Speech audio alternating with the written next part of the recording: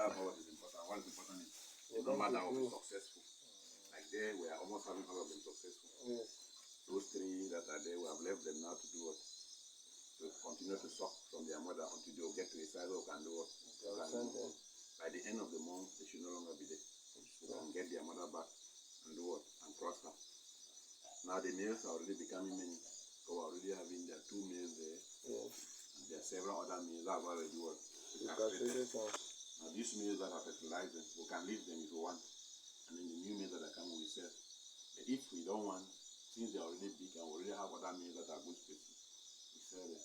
Sure. Yeah. Like the Duroc that is there, we are maintaining it. It's the one that crosses this one. We might maintain it since these ones have 2 of them. And they do not take his color. No, this white might change. Don't mind as they're seeing a white like that.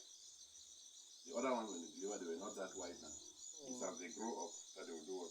They will change. That they will change. They're from their ears. You see the way their ears are going back? Yeah. They are actually, it's a Landrace. It's this mother. It's a Landrace. The other one there is a large white. You saw the ears the way they are. Yeah. This is a Landrace.